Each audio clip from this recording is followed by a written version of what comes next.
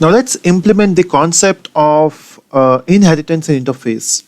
So to implement inheritance, we can use something called as extends ATM. Now you might be wondering why extends, because since we are in interface we write implements. So whenever you go from interface to class, we need to write implements. But when you have class to class, when you have interface to class, you always write, or sorry, when you have class to class and interface to interface, we always use extends. And in interface, we can use multiple inheritance, so we can simply say it is interface ATM com debit extends ATM comma debit. Okay. Since we are extending, we don't need to write here. By default, this two ATM and debit will come here. Simple.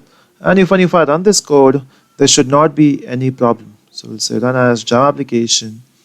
You can see we are not getting any problem here. Since we are calling this 4 times, so that's why the output is those ATM debit and ATM debit. But let's say, if you can observe, in this class card we are extending both, right? We are extending ATM comma debit, and we are also extending ATM comma debit. Since we are extending ATM comma debit, you also don't need to write this part.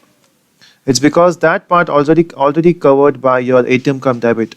So that's the advantage of using inheritance with interfaces. So if I run this application now, the output is still same, right? Even you can extend as many number of interfaces you want. Clear?